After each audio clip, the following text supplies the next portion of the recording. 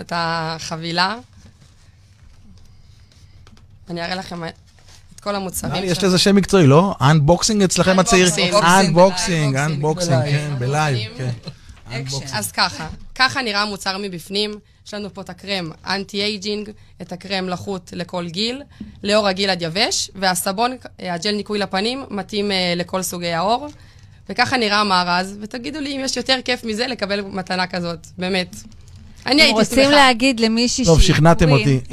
אשתי היפהפייה, תזמיני בבקשה. אם רוצים להגיד למישהי שהיא בעצם קווין, על כל ליל הסדר הזה שהיא ערכה, ומה שהיא עשתה במטבח, שאני לא יודעת לעשות, היא עשתה, היא קווין, מגיע לה. שיגידו עליה שהיא קווין, ואז את נותנת לה לפני כולם, ברור מי המלכה פה.